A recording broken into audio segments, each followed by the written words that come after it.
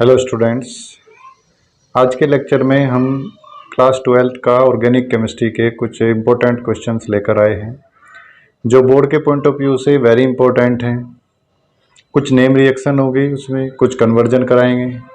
Conversion जो last year exam में आए हुए हैं वो कराएंगे, और नेम रिएक्शन भी ज़्यादातर वही रहेंगे जो लास्ट ईयर क्वेश्चन पेपर में आए हुए हैं, वही नेम रिएक्शन कराएंगे।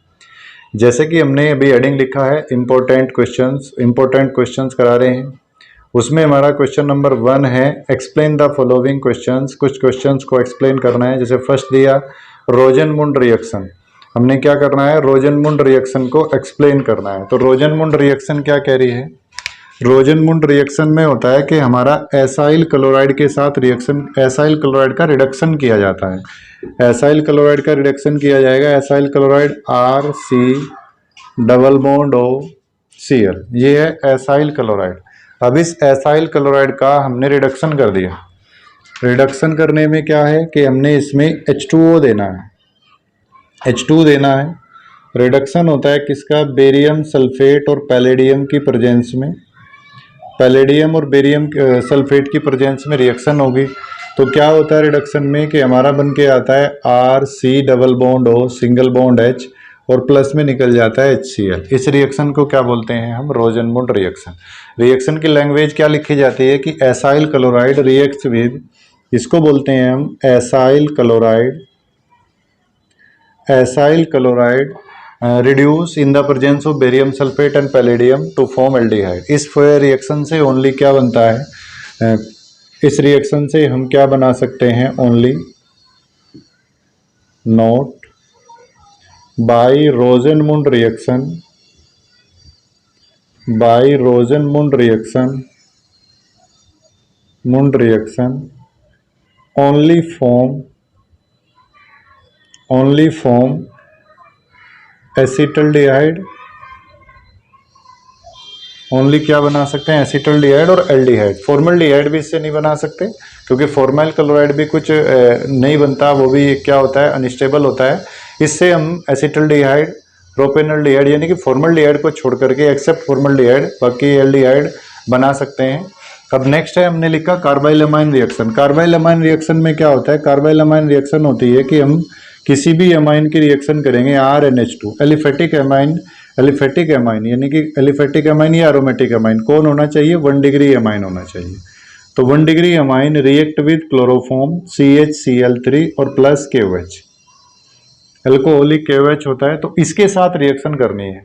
क्या बताया हमने कि इसमें रिएक्शन किसके साथ होती है, कोई भी 1 डिग्री एमाइन होगा, वो एलिफेटिक भी हो सकता है, एरोमेटिक भी हो सकता है। एलिफेटिक एरोमेटिक कोई भी एक वो रिएक्शन करेगा, और रिएक्शन करने के बाद क्या बनेगा हमारा RNC।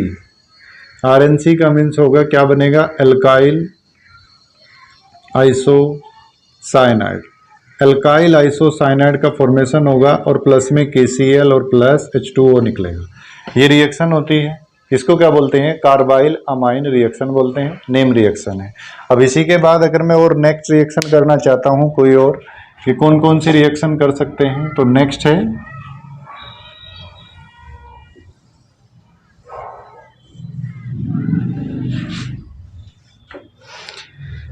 जैसे हमने एक थर्ड रिएक्शन लिखी, रिएक्शन का नाम है HVZ reaction.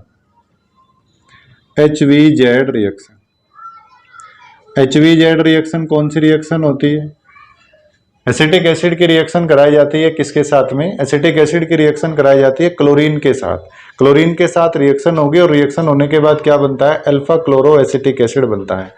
Alpha chloroacetic acid, देखिए क्या करना, CH3COOH, this is acetic acid. अब इस एसिटिक एसिड को हमने क्या किया, रिएक्शन कराई किससे, क्लोरीन भी ले सकते हैं और ब्रोमीन भी ले सकते हैं। क्लोरीन ले लेंगे या ब्रोमीन ले लेंगे, तो क्या करेगा ये क्लोरीन, यहाँ से ये इसका अल्फा पोजीशन है, यहाँ से एक हाइड्रोजन निकाल देगा, और एक हाइड्रोजन निकलने के बाद Cl लगाएगा और COOH माइनस और प्लस में क्या आ जाएगा, HCl। इसे बोलते हैं हम क्या, अल्फा क्लोरो एसिटिक एसिड, और this reaction is known as HVZ reaction. HVZ reaction होती है, ये भी पूछ लेता है। कभी कभी कोई रिएक्शन ऐसी कंप्लीट करने के लिए भी आ जाती है, तो नेम रिएक्शन का हमने ध्यान रखना है। इसके बाद हमारा नेक्स्ट टॉपिक क्या है, कन्वर्जन को लेकर के है। कन्वर्जन कौन कौन से आते हैं या डिस्टिंग्विश कौन कौन से आते हैं। ज्यादातर डिस्टिंग्विश परेशान करते हैं। अब अगर हम क्वेश्चन दे दें कि डिस्टिंग्विश कीजिए, क्या क्वेश्चन आया, डिस्टिंग्विश बिटवीन कौन कौन से। फर्स्ट एक केमिकल टेस्ट देना है। जैसे फर्स्ट आपसे दे दिया क्या, मैथेनॉल एंड एथेनॉल। मैथेनॉल और एथेनॉल के बीच डिस्टिंग्विश करना है। तो मैथेनॉल और एथेनॉल के बीच कैसे डिस्टिंग्विश करेंगे, केमिकल टेस्ट देना है। क्या देना है, मैं यहां लिख रहा हूं, गिव अ केमिकल टेस्ट। एक केमिकल टेस्ट देना है, एक केमिकल टेस्ट देना है। तो केमिकल टेस्ट कैसे देंगे, देखो जी, मैथेनॉल और एथेनॉल हम ले रहे हैं। मैथेनॉल फॉर्मूला क्या होगा, CH3OH। अगर मैं इसकी रिएक्शन CH3OH की रिएक्शन हम क्या कर रहे हैं, क्लोरोफॉर्म बनाना चाह रहे हैं NaOH डाल करके, तो क्या होगा, नो रिएक्शन, यानी कि क्लोरोफॉर्म नहीं बनेगा। ये टेस्ट तो नहीं देगा, क्लोरोफॉर्म टेस्ट नहीं देगा। अब अगर मैं इसी में किसको लेता हूं, एथेनॉल को। एथेनॉल कौन होता है, CH3CH2OH। उसकी रिएक्शन अगर हम क्लोरीन से करते हैं तो NaOH बनेगा और प्लस, जैसे रिएक्शन होगी तो क्या बनेगा, chloroform plus HCl plus HCOO Na, ये बनेगा। तो क्या बन गया, इसमें क्या बनता है, क्लोरोफॉर्म और इसमें क्लोरोफॉर्म नहीं बनता। तो इस तरह का भी बोर्ड वाले क्वेश्चन पूछते हैं। बोर्ड में क्वेश्चन आता है कि डिस्टिंग्विश करना है किस किस के बीच में। जैसे मैं नेक्स्ट डिस्टिंग्विश देख रहा हूं, सेकंड डिस्टिंग्विश। अगर मैं सेकंड डिस्टिंग्विश देखूं तो सेकंड डिस्टिंग्विश में दिया कि 1 डिग्री एमाइन और 2 डिग्री एमाइन। हमने लिखा क्या, जैसे सेकंड डिस्टिंग्विश है, सेकंड में कह रहा है कि मैथेनामाइन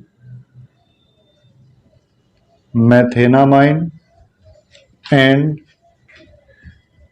N-मिथाइल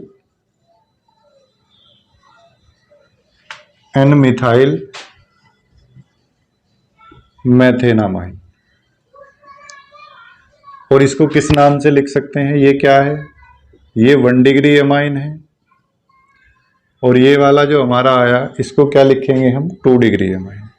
2 डिग्री एमाइन, तो 2 डिग्री एमाइन और 1 डिग्री एमाइन में हमने क्या करना है, डिस्टिंग्विश करना है। तो डिस्टिंग्विश कैसे होता है, कार्बाइल अमाइन रिएक्शन से डिस्टिंग्विश होता है। यानी कि 1 degree amine carbylamine test देगा और 2 degree amine carbylamine test नहीं देगा। क्लियर। तो नेक्स्ट हमारा क्या है, इसके बाद हम देखते हैं कि 1 डिग्री और 2 डिग्री में क्या क्या डिफरेंस हो सकता है, कहाँ 1 डिग्री लगेगा, कहाँ 2 डिग्री लगेगा, इस बात पे फोकस कर लेते हैं। तो 1 डिग्री और 2 डिग्री पे बात करते हैं। देखिए 1 डिग्री कहाँ है, 1 डिग्री अमाइन की बात करें, अगर इसमें डिस्टिंग्विश कर रहे हैं तो क्या आएगा, 1 डिग्री अमाइन। अगर मैं 1 डिग्री अमाइन लूं तो क्या ले लूं, CH3CH2NH2 प्लस क्लोरो। अभी हमने कार्बाइल अमाइन रिएक्शन की, तो कार्बाइल अमाइन रिएक्शन कौन करता है, क्लोरोफॉर्म प्लस KOH। क्या फॉर्म हुआ था, C2H5NC प्लस KCl और प्लस H2O। तो क्या लिखेंगे हम, लिखेंगे कि 1 degree amine gives carbylamine test. Carbylamine test दे रहा है। ऐसे ही अगर मैं किसकी बात करता हूं, 2 डिग्री अमाइन की, तो 2 डिग्री अमाइन क्या होगा, ये होता है CH3NH और CH3 प्लस में क्या लगाया, क्लोरोफॉर्म प्लस क्या लगाएंगे, KOH। क्लोरोफॉर्म और KOH लगाया। अब नेक्स्ट ऐसे ही क्या होगा, तो क्या लिखेंगे, no test of carbylamine, यानी no test of carbylamine. तो कार्बाइल अमाइन का टेस्ट नहीं दे रहा है, तो एक डिस्टिंग्विश ये हो गया। ऐसे ही आपसे कभी कभी क्वेश्चन पूछ लेता है कि हमने क्या करना है, हमने मेथेनामाइन और एनिलीन इन दोनों के बीच में डिस्टिंग्विश करना है, यानी कि एलिफेटिक एमाइन और एरोमेटिक एमाइन में करना है। तो क्या करेंगे, एलिफेटिक एमाइन कपलिंग रिएक्शन नहीं देता और एरोमेटिक एमाइन कपलिंग रिएक्शन देगा, तो इसमें भी हम कर सकते हैं। नेक्स्ट अगर मैं चाहता हूँ क्या, कन्वर्जन करना, अगर हम डिस्टिंग्विश छोड़ के अब चलते हैं कन्वर्जन करने पर, तो कन्वर्जन में क्या करना होगा जी। जैसे देखिए हमारा टॉपिक क्या है, कन्वर्जन। नेक्स्ट क्वेश्चन है कन्वर्जन को लेकर के, कन्वर्जन है। कन्वर्जन में जैसे फर्स्ट आपसे कहा कि आपने फिनोल से बनाना है ट्राइब्रोमोफिनोल, एक में लिख रहा हूं क्या कन्वर्जन करना है, फिनोल टू ट्राइब्रोमोफिनोल बनाना है। तो कैसे बनाएंगे ट्राइब्रोमोफिनोल, देखिए हमने क्या किया, फिनोल लिया, दिस इज फिनोल, बेंजीन के ऊपर OH, उसकी रिएक्शन अगर मैं ब्रोमाइन वाटर के साथ रिएक्शन कराता हूं एक्वस के साथ में, तब क्या रिएक्शन होगी, तब हमारा बन जाएगा क्या, फिनोल OH और ट्राइब्रोमो बन जाएगा, यानी कि यहाँ Br आएगा, यहाँ पर Br आएगा, यहाँ पर Br आएगा और प्लस में क्या निकल जाएगा, HBr। तो ये बन गया ट्राइब्रोमोफिनोल। अब अगर मैं नेक्स्ट आपसे बी पूछ रहा हूं, क्या आपने बनाना है क्या, एथेनामाइन टू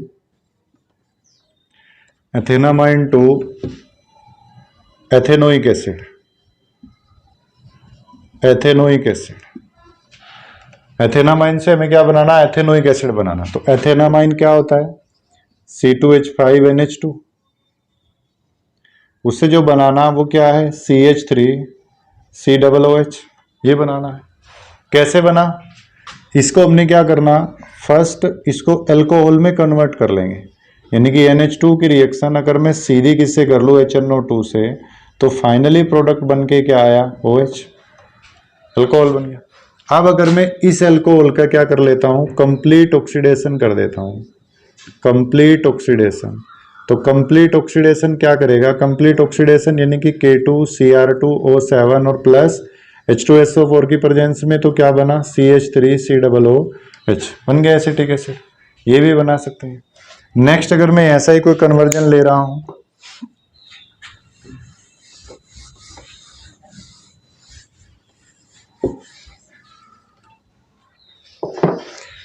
नेक्स्ट अगर आपसे कोई क्वेश्चन पूछ लेता है, क्वेश्चन क्या आया कि phenol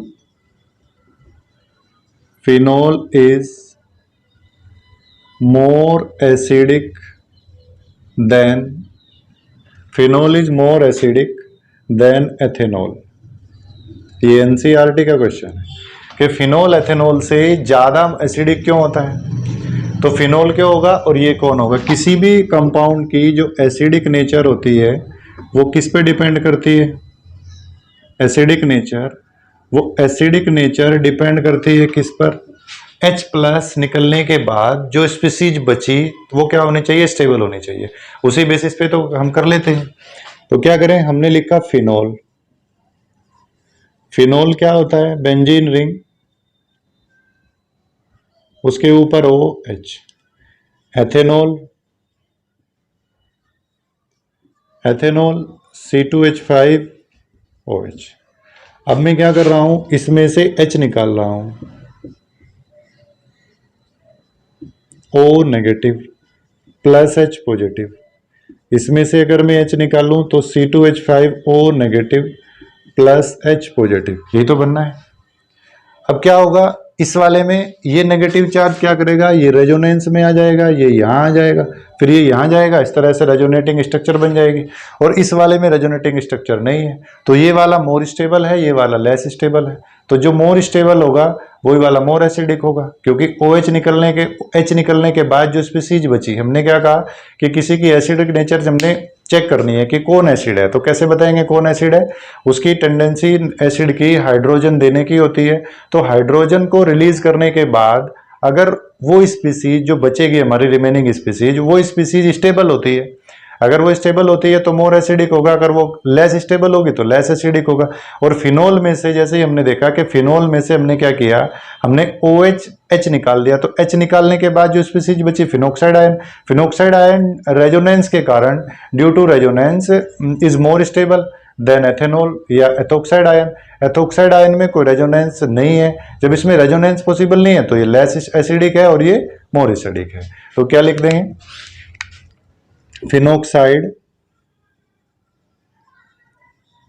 phenoxide ion is more stable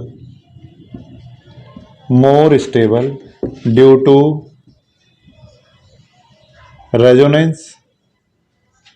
resonance के कारण, while ethoxide ion is less stable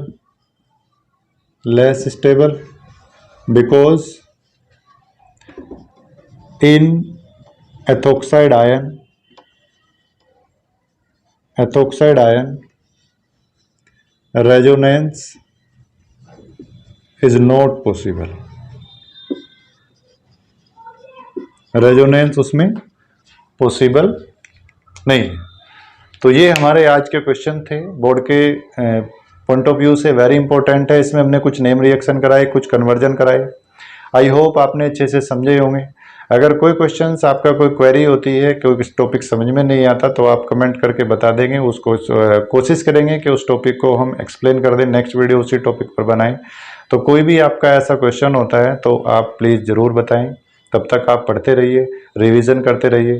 thank you.